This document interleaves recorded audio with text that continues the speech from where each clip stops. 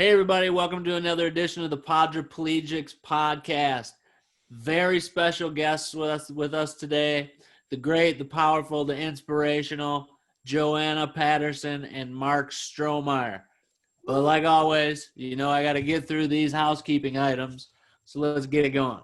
Sponsors, thank you to the Arizona Spinal Cord Injury Association. You can contact them at azspinal.org, or you can call Eric, the guy above, to my left, or to my right. I don't know, the one with the white beard. 602-507-4209. Call him at any time. He loves it. He likes the 3 a.m. weird calls. Those are his thing. I might actually answer. This podcast can be found on YouTube.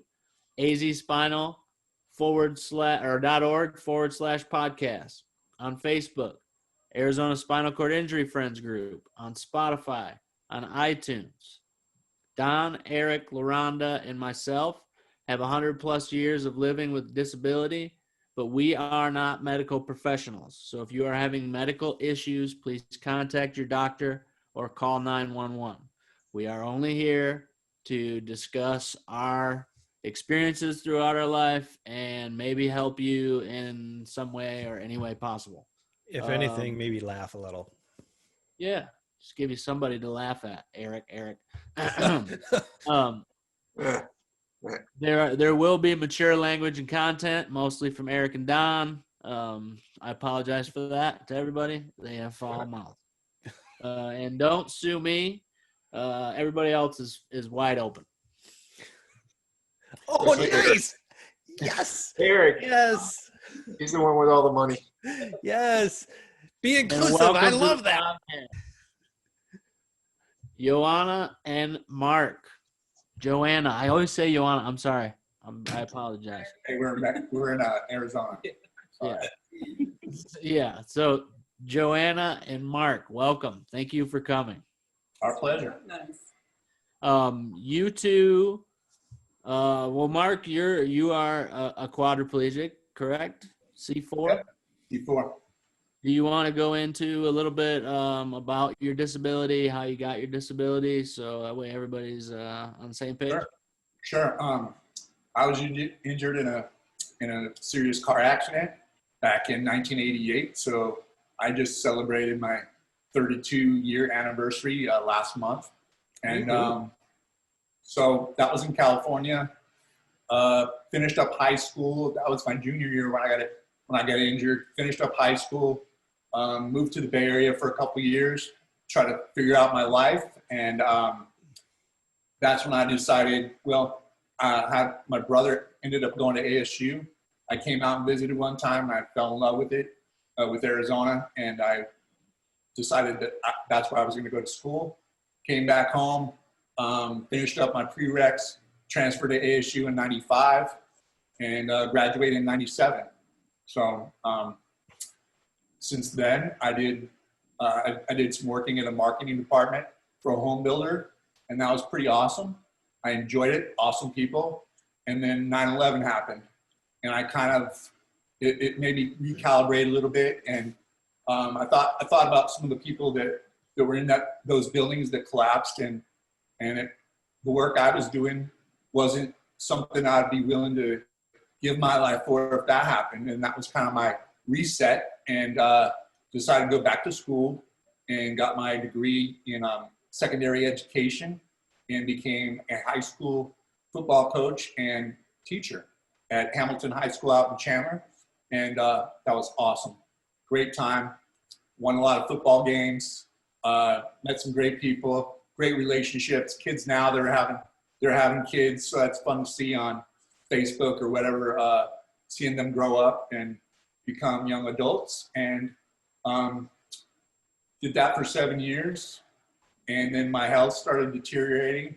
I think I was pushing myself a bit too hard. And that made me kind of, again, recalibrate my gears. And, living out in Chandler, there's not a lot of public transportation, and I don't drive myself. So I felt sort of like I was on an island. And about 4 years ago, moved to Midtown Phoenix, So I'm on the light rail and tons of freedom, live in a high-rise building. Dawn came and saw it the other day. It's pretty great. Look out the window. I'm on the 12th floor. I can watch the sunset every night.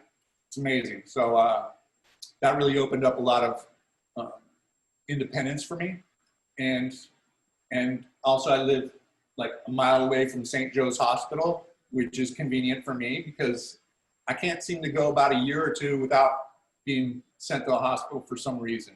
I've got a lot of secondary issues, especially with skin problems, skin breakdowns, and then other, sort of like infections, the bladder infections and all that stuff that we all go through at times.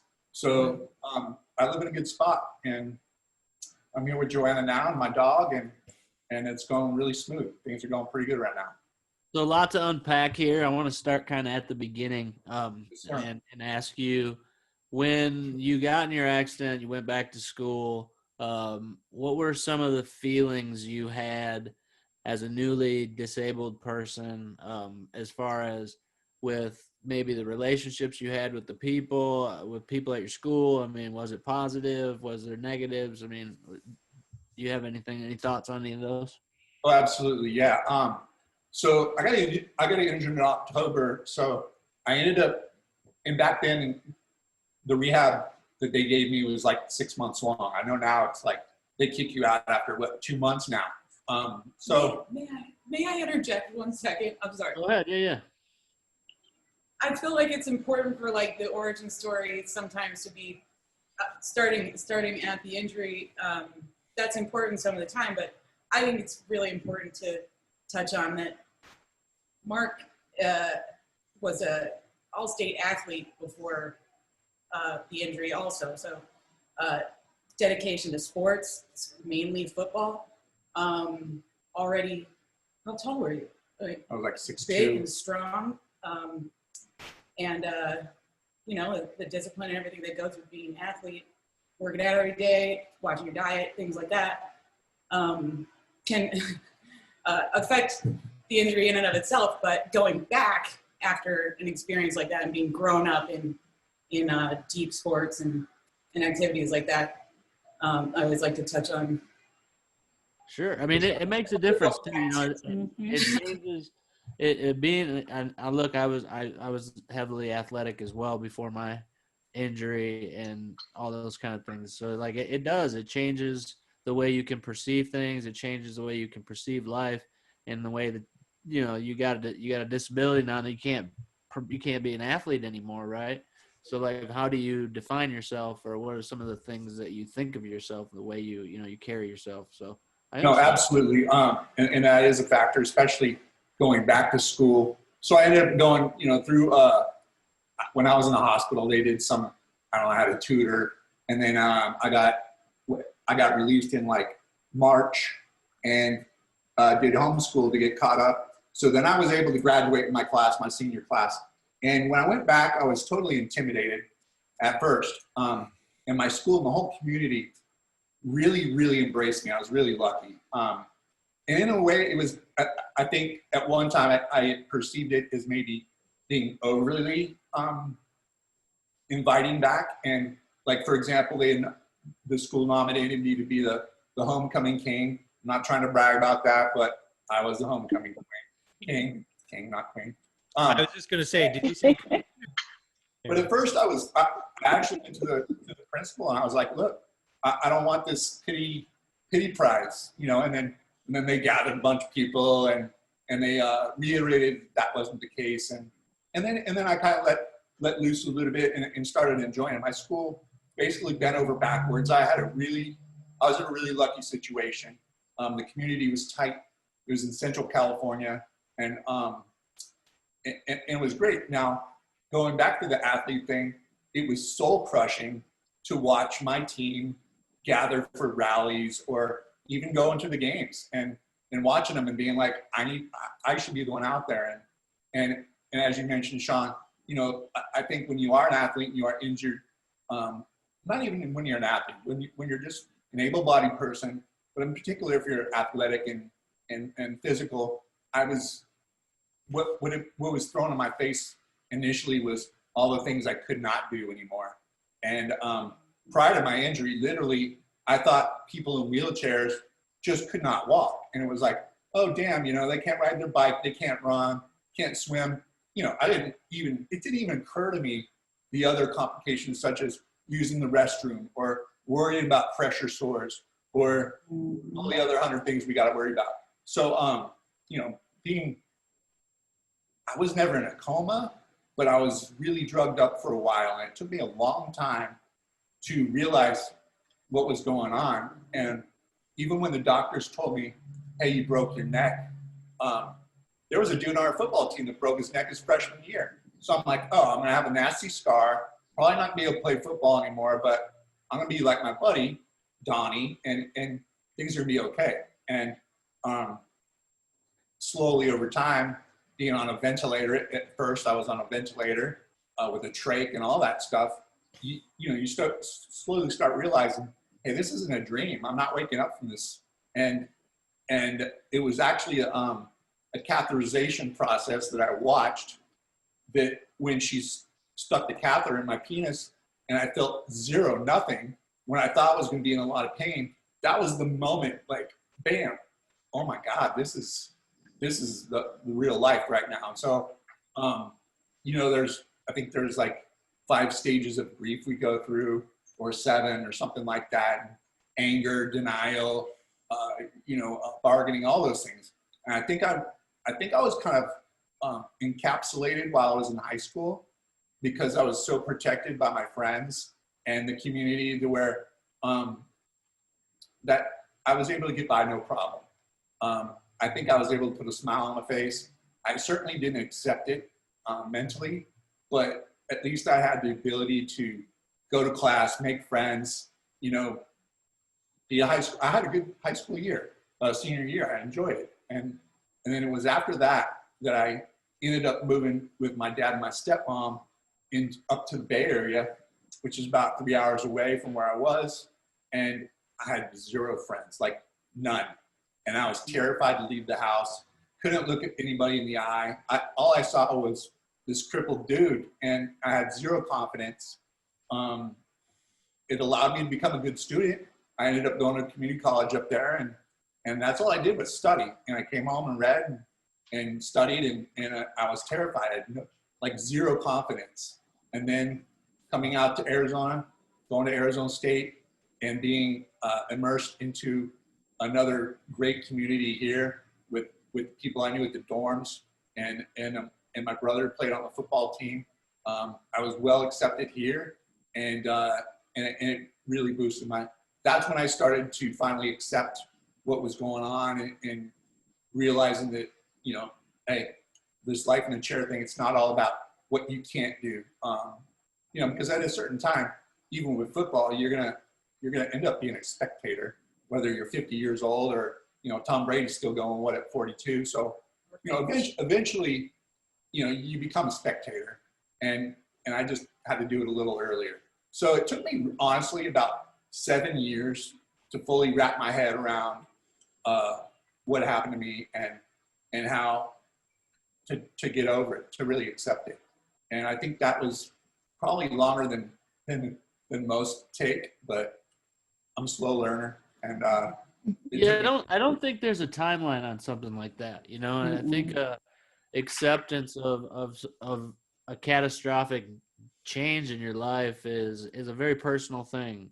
So, you know, for some it may take 6 months, for some it may take 7 years, for some many never even really get there, right? Yeah, that's true. So, you know, I think that you know, you mentioned something in there that you know, you had a positive outlook even through negative times, and sometimes really that can be what can be the catalyst for change in your life. You know what I mean? To be able to say, I was terrified to go anywhere, but it made me a good student, right? Like, so you already have that mindset of being able to bring a positive out of all the negatives, and so that helps you snowball into understanding and change, and then at some point happiness, right? So yeah. And then there was some fake it till you make it going on, and then you start building confidence, and then, you know, going to a place like ASU, and you meet some girls that you probably didn't think that I could even have a conversation with, and then you start dating some cute girls, and then it builds confidence, and then meet some other people, and it just then you just accept. I don't know. I just started accepting it, and you know, I can still feel eyes on me even today. You know, when we go out, but everywhere you go, I'm able to brush it off. It's kind of like it doesn't even affect me. Yeah, well, that's very true. I mean, having eyes, man. That just kind of comes with the territory. Yeah. Absolutely. So how did you feel when you started teaching football? Like, you know, like that's cool to be able to actually go and be a football coach. So how did that impact, or how did you feel about having that opportunity? I mean, that was the biggest confidence builder ever. Not only just coaching at a high school, but coaching at the high school at the time. I mean, we sent kids to the NFL, and we won a lot of games, which makes going out to practice when it's 112 a little easier to take. And I often thought about the luck that I had, some of the connections I had that got me in the door, and then once I got in the door, I made sure I'm gonna make the best, take full opportunity that I could. I became a health teacher, which was super fun, not a lot of pressure, and met some amazing kids. Again, we won a lot of football games, got to play at the Cardinals Stadium. All that was awesome. And I was very lucky to be in the situation where I was. Again, if I'd been maybe coaching at a lesser school, I maybe not have enjoyed it so much, because it is a lot of hard work, and it's so hot here, you know, and enduring that and try telling this coach, no, I don't want to. Yeah. That's going to be the next thing. That's got to go over like a brick. you know, I think that helped the kids, you know, whether it wasn't my X's and O's, I think sometimes the kids probably took inspiration from, you know, just seeing me out there, and I'd give them a lot of hell, and it was fun, and it was great. Won a lot of games. You know, it's interesting. You know, you're talking about football, and you're talking about some of the biggest, strongest, most athletic beasts on the planet, right? And you know, I'm into MMA, and I hang out with some of the most violent, crazy human beings on the planet too. And to have that acceptance there, and then also for people to look at you for guidance and inspiration, people in those positions, right? I mean, those are positions that we've been in, right? You've been an athlete. I've been an athlete. Some of us have all been athletes, but you know, to have that is a big thing. It's a big confidence thing. It's a feeling that, oh, you know what? Like, my chair is not what defines me. It's me who defines me, you know? Absolutely. And another very unique situation. I don't know what I believe in. My beliefs are all over the place, but I do sometimes believe things happen for a reason. And in my case, especially at Hamilton, my first year there, I was the new coach. I'm the new guy. Everybody knows everybody else. And I was kind of a fish out of water.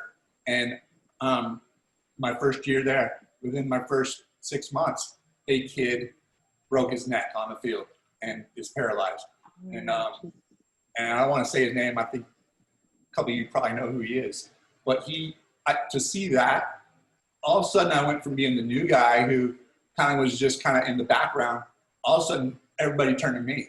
Hey, what is this young man going through? How should we treat him? And that was totally eye-opening to me, because when I got injured, the injury happened to me.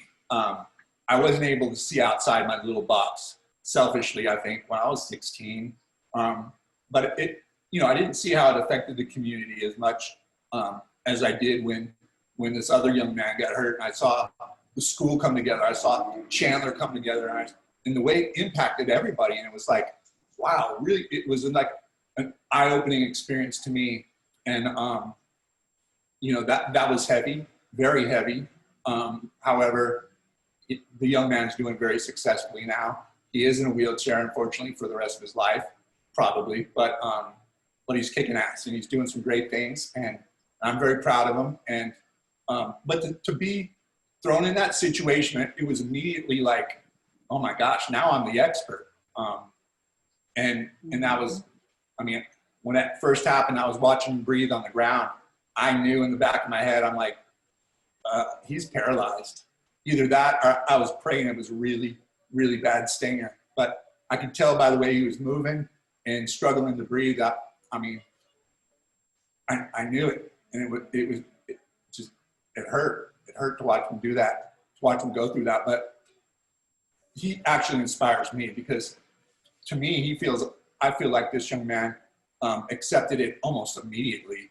And whereas it took me 7 years, but this young man bounced right back and is doing amazing things now. So watching the community rally around him. Yeah, it was very inspiring, actually. So I mean, just to have you to be there, for you to be there and him to see your life and all the things that you went through, you're teaching football, I'm pretty sure that gave him some type of sense of, I would say relief, that he'll still be able to actually have a life. Wherever your beliefs are, that's God, Yeah, I'm not sure how much I inspired him, at least face to face. I never had to sit down with him and go like, hey, X, Y, Z, this is what's going to happen. But I was open to speaking to him and his family if they needed it.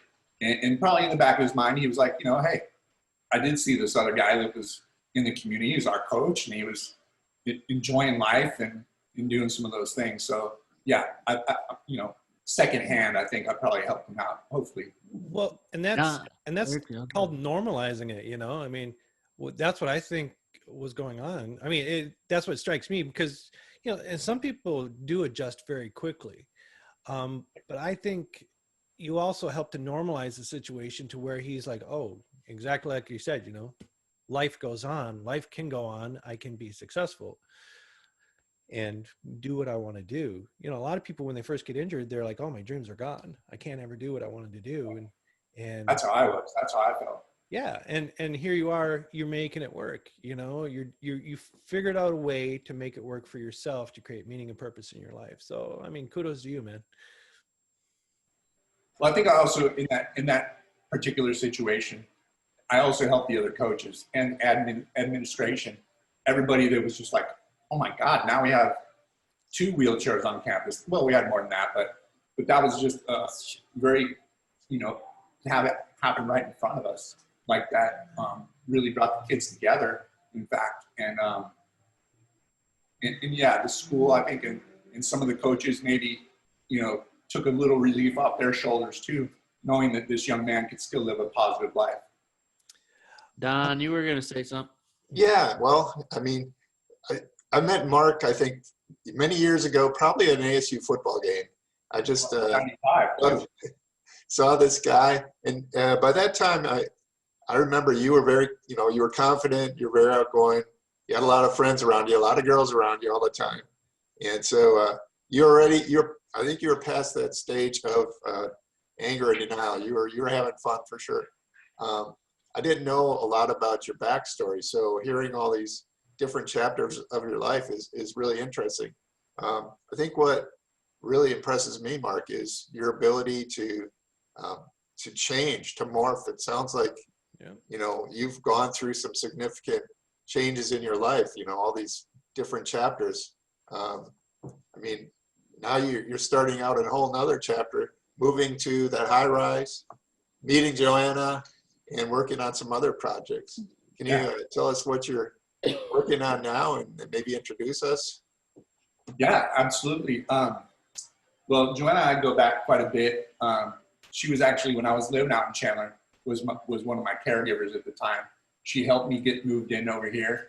And then being just a distance thing, she couldn't work for me anymore. But we kept close touch. And I again, last year, just went through one little issue led to another issue, and the dominoes started falling. Next thing you know, I've got a basically a life-threatening wound on my back that I was terrified. I froze. Fight or flight or freeze, I froze. And I didn't know how I was going to handle it. JoAnna, being very intuitive, very well connected, and knowing my personality, picked up on something and just showed up one day and took care of things and got me to a hospital, and I got a surgery taken care of. And from that point, we've kind of been back connected like magnets, which was pretty cool. And then I've relied on JoAnna as also an amazing healer, and we've gone through some. I allow her to be. I'm her little guinea pig for some of her trials of some plant medicine that we're doing and things like that. So I was able to. The latest thing I'm really proud of is the fact that we healed a wound that was what? The size of a softball, of a fist. A surgeon, they debrided the wound. Thankfully, it wasn't to the bone or any serious infection or any infection. It was a giant wound. And the surgeons, being surgeons that they are, I actually asked them once in a meeting, point blank, can this wound be healed non-surgically? And they said no. And that's when I decided to say, hey, I'm gonna go get a second opinion.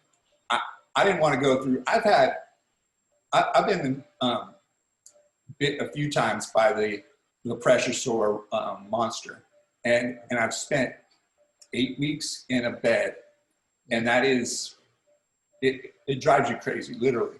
And the last time I told myself I'm never going through this again. So when I asked this surgeon this, and he said no, I knew he wasn't even willing to try to let me heal it. So JoAnna and I came to the decision we're going to try to heal it, and we're 99.9% healed. It's a little dot right now. It looks like a really cute innie belly button. Yeah, it's tiny. It's tiny. Well, we were able to do it, and I would like to someday go to that surgeon and just. But that's training. That's athlete. That's the reason why that all was possible was because of continuous self-care throughout the last 32 years. You can't do that without having a good protein diet. Your daily life has to be healthy as well in order to. I mean, in my opinion, a lot of chronic things and a lot of just systemic issues that people in chairs specifically go through is related to preventative care and consistent moisturizing of the skin, protein intake, and things like that. So when something like this does occur, your body is your mind and your body, especially if you know what you're going through and you know you've healed them before, or you know deeply, you are the only ones that know your specific healing process. If your eating habits and things like that all counts in every single day. Then be healthy enough to take a hit, and when you can do that, you up your chances of staying healthy while you heal something. He was never sick. In this case, the healing and the times, and it's slow, and but keeping on it and keeping in the game. I call it skin in the game. You have to have skin in the game if you're gonna heal something that, especially when many doctors, it's not really that they said no, but they're not willing to have the conversation.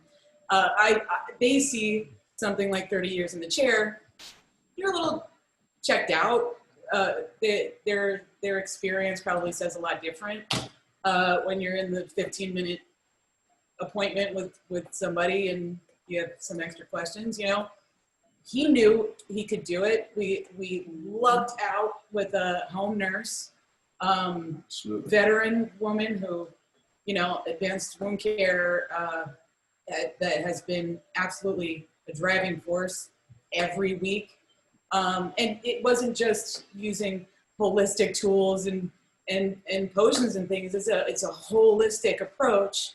And I'm so proud of the healing that has happened over the last year, like figuring out certain vitamins.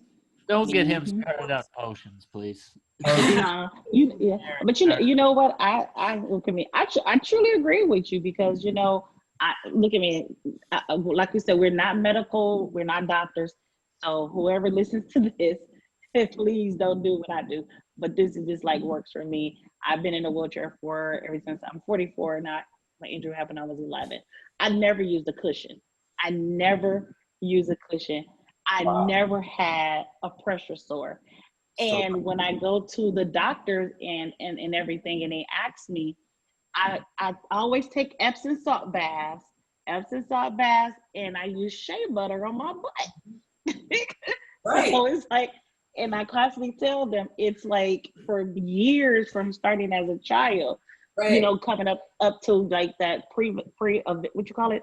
I can even say it. Taking care of it from the beginning, like just your practice, no matter what. Thank God it serves you so well. But a lot of with the COVID and everything, it's like, zinc doesn't cure it, and potassium and vitamins. It's like you should have been washing your hands, and you should have been taking some vitamins probably before. You need a certain systemic level of health and daily practices to be healthy, so you can take a hit. So I think a lot of the time.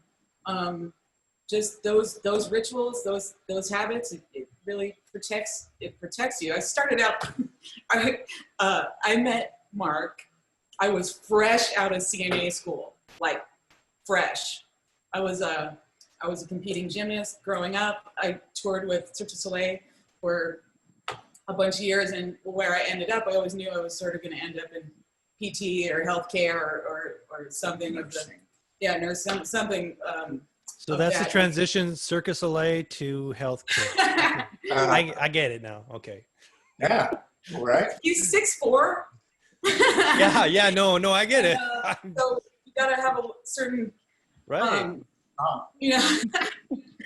But the lifts and the rigging and things. Yeah. So Marc was actually, and I started out with Ability 360. Yeah. Look at me. Okay, don't look at me. It's Ability 360. Why do I have a fleece? I'm sorry, keep going. I didn't mean to work with them. So I somewhere in school, I said, and I couldn't do the long-term care facility. I did some time in a rehab long-term care setting, and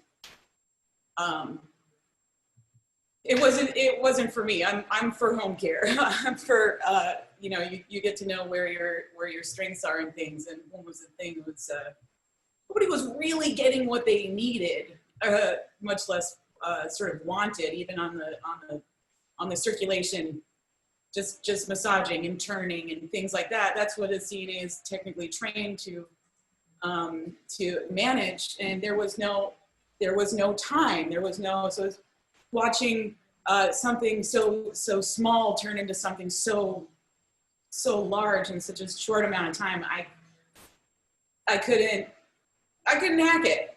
I can do rehab, PT rehab, and that's a big source of like strength and athleticism that takes to build and all those things with somebody. But I just sort of took a personal with that approach in preventative and tried to, and that's how he became my guinea pig. So the first client, right? And we actually hit it off. And I wanted some experience. Now, Ability 360 is not a medical, it's a non-medical agency. So I said, I don't care about my certification. I want to work for Marc. And sort of used post-education and all of the things that they do teach us in the textbooks, as far as turning and skin integrity and managing bladder infections and things like that. When they're applied on a daily basis, whoever's responsibility it is in facilities and things, there's something about being in the home every day, keeping with it, eating protein. And that's actually, I want to. Well, it makes it quality. I'm not trying to knock surgeons either. That surgery, it may have been successful. There's no guarantees, but that would have been an 8-week, and boom, I'm on paper, I would have been done. Now, technically, I'm still seeing a wound care doctor, and it's not totally gone, but I'm allowed to live my life. I'm in my own house with my dog. I'm eating my own food. And that, again, it's taken over a year instead of 8 weeks, but the mental part of that, I don't think I could have endured it again.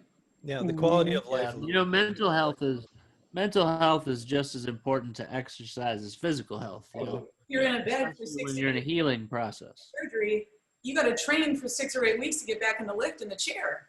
Mm-hmm. There's other things, you know, with circulation and you know, counting in that next part of the year and counting in the next part of the year in training to get back to your quality of life.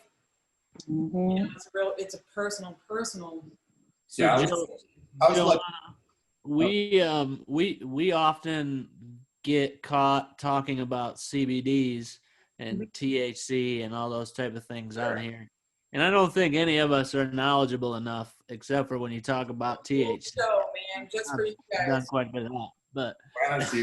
expert. But as far as CBD stuff goes, what are some of the things that you've seen, I guess, that have helped Eric or yourself? Right. So Mark, sorry. I was gonna say I haven't been taking any CBD anything, but I appreciate you including me in might the help conversation. Eric, but has So, helped Mark. who has engaged in the CBD revolution? Do any of you take it on a daily Shawn. basis for I do, yeah. good, like a tincture or I usually do the gummies. yeah? Uh, So I got really, really lucky being a semi-medical person, and after my certification expired, I gave up my credentials in order to explore the specifically the cannabinoid, the endocannabinoid system. I couldn't really do panels or speak about what the results were. I was very much bound by a CNA certification in order to not pretend to be a CBD nurse. There's a lot of titles that come with things that don't make sense. Yeah, but I couldn't. What we found and what I found in other other people battling chronic illness, immune disorders, and things like that, I got very, very lucky. With being allowed to do education in finding out through a couple different medical semi-medical venues. It's still the science of it is not really being released as far as, again, systemic health. Some of the most fascinating things right off the bat is that the endocannabinoid system, the system that cannabinoids work off of, both the ones that we make and ones we put in our bodies, is the largest receptor signaling system in mammalian bodies, but the human body. So these receptors are strategically placed in your central nervous system, in your skin. So just right there, central nervous system, and your skin, among all the other systems, functioning organs and things like that, especially your bladder, especially, it's literally everywhere. And it learns, the system learns. So whatever you're teaching it, and that doesn't really have to do with the substance. What I'm getting to is it's directly enmeshed with your autonomic system. So me sort of trying to focus on the internal systems that we're working with these plants and things, working with the spinal cord, working with skin on a daily basis, really start noticing some stuff. And especially over 4 years of time, not just trouble spots or bone protrusions or dehydration and things like that. With the knowledge that I had the honor of learning through a couple different scientific organizations out in the Bay Area, and these organizations that have been around doing the medical research. Putting it into application became a total passion. And turns out spinal cord injury is one of the most functional and applicable methods on a daily basis with a nice clean regimen. It doesn't have to cost you $1 million. No, it's not covered under insurance, but making this more efficient, making it more accessible, and working it into your daily instead of, for example, your digestive system's a little slow, especially after surgery or antibiotics or what have you. You're going to want to use a little different of the types, not just dosage. So again, I got really lucky in the scientific community and would have access to a clinical product called Nano Cbd, which is it's transdermal. Goes through your skin in your bloodstream, or you can take it orally and it's in almost immediately. As a blank formula, basically, you can then take that clinical product that has X amount of milligrams and put it into your creams, your shea butter, your Silvadine, your. So just so I understand this. I'm sorry. So just so I understand this, so I could actually take the cream and just eat it? Yeah, sure. Rub it on your gums. Really? Does it even have a taste to it? It sounds. I don't recommend. I don't recommend that one. Doesn't sound but good. Brushing your teeth with a CBD toothpaste does administer a pretty big dose with the with this type of nano that I've been very lucky to have the opportunity to learn with and apply to over the last year, again, in food, in certain ointments and creams, and keeping the skin, keeping other dominoes from falling together. We believe that because of certain nutrition and a certain lifestyle, that he hasn't even threatened a UTI in 18 months through surgery, through antibiotics, really, I feel that pre and post-op it is differently applied. We're building up your immune system. We're packing in bone broth while you're after surgery. You have bone broth. You put, your cannabinoids. There's another one called CBG, which is starting to gain some real momentum with gut health and rebalancing in conjunction with CBD. So these receptors are all over the place, and if we're pinpointing and using them to your, what your rate of healing is, what your diet is, I feel that it has to be as adaptive as you guys have to be every day. Yeah, I mean, look, I think there's a ton of information there. I want to know if the people are listening, or maybe even for myself. Is there a way that we can contact you or somebody or somehow? Of course. By the time this airs, I will have a mode of communication for that. But hopefully some links on USAbled through Marc's site. And I do private consulting. That sounds expensive. It's not expensive. I do a lot of phone consults. I do I love to do the education. I love to be an advocate, not just for cannabis. If we're gonna standardize care and we're gonna normalize some of these techniques where we've really had amazing results, not just luck, with being able to hunker down and do this work together. And Dawn, she's been asking me since I've been going to the men's group, hey, can I come give a presentation to the men's group? And that's back before COVID when we were doing it live. It's a men's only group. I saw a couple caregivers there.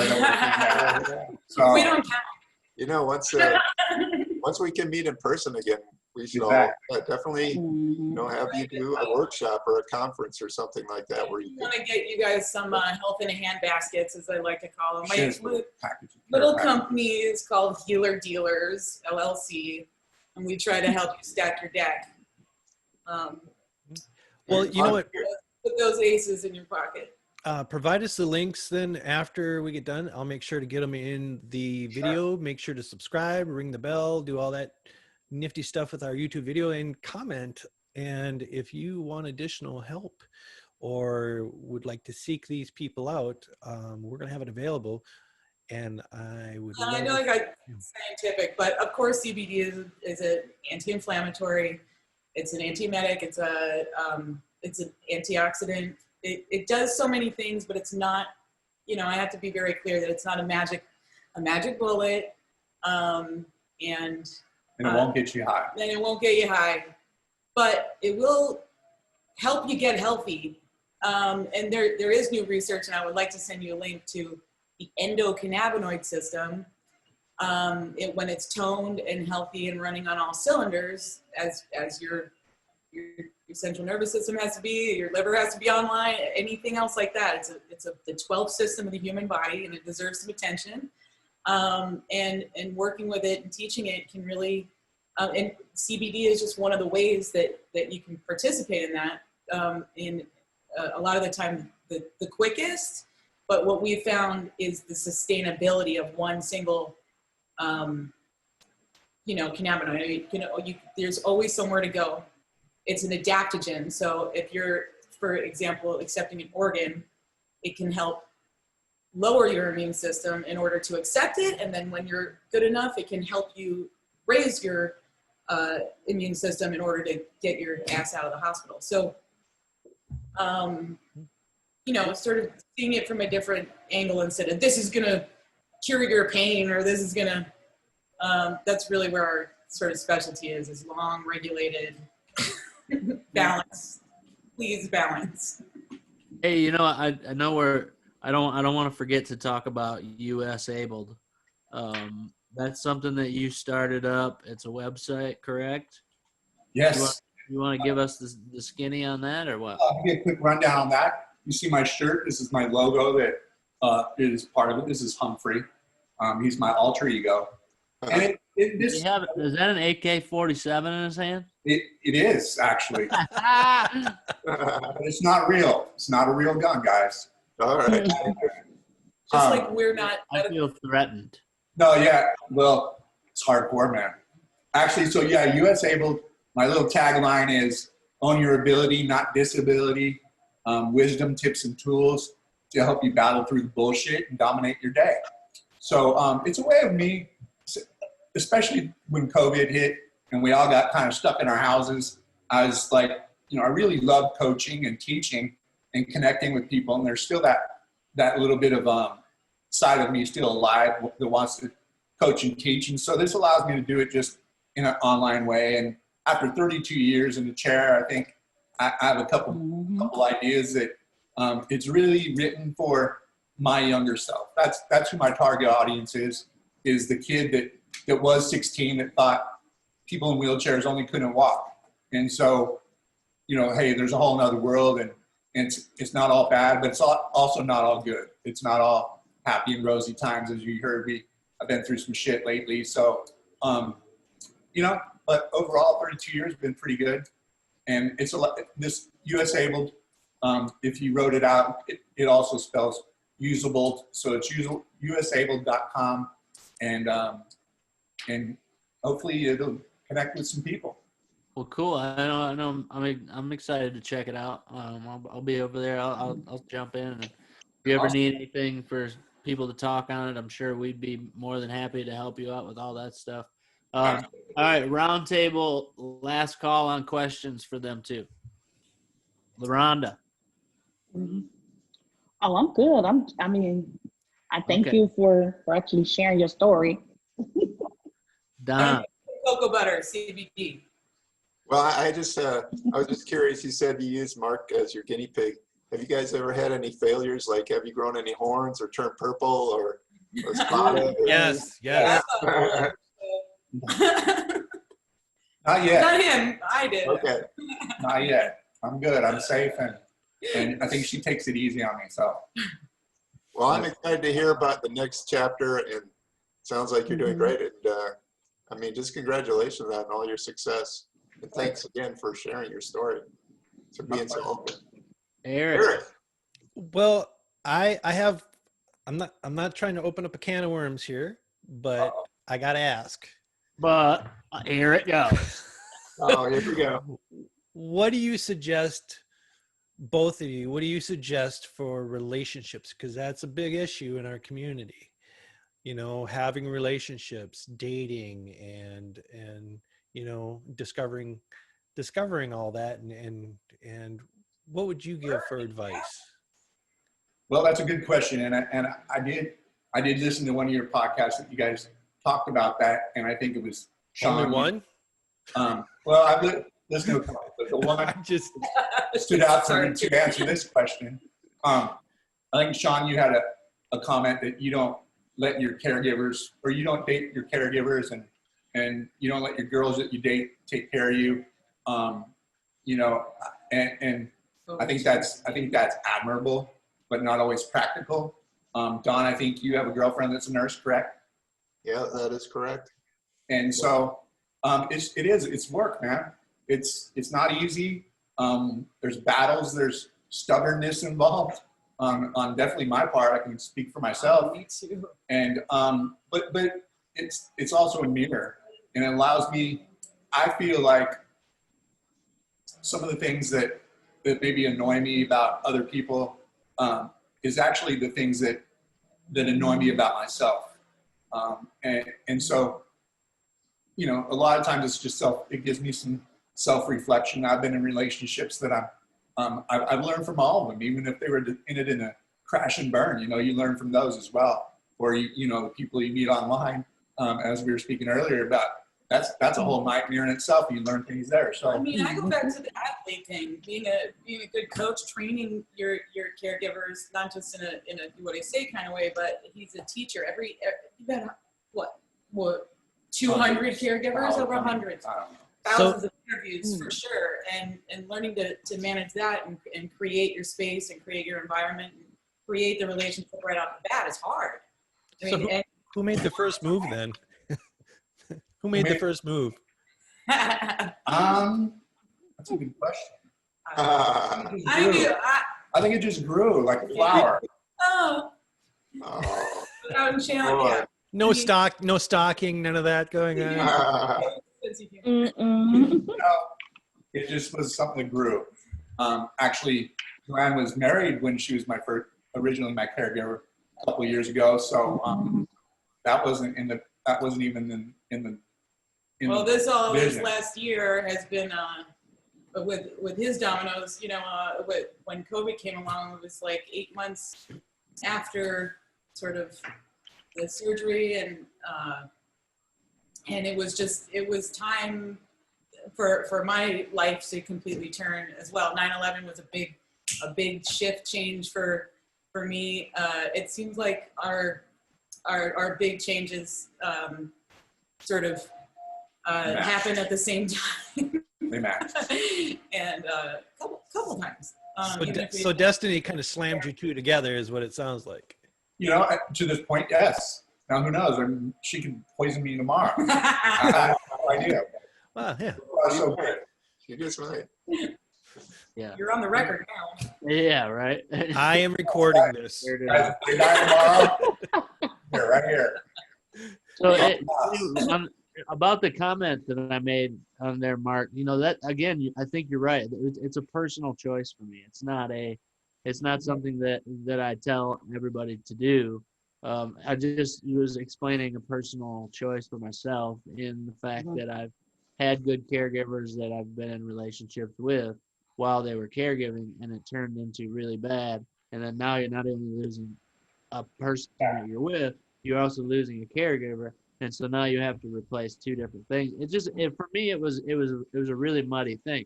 And it's not that I wouldn't ever be open to the idea, right? I mean, because who, if anybody, knows your life better than the people who are caring for you and around you every day? So I understand it. And I think also you had mentioned in a different podcast that there's like, things like you have the agency, right? And how hard it is to keep a good rotation of people, or sometimes you've had up to 4. I've had 6. Managing all of that is managing relationships. Period. I mean, and training, and you already have such a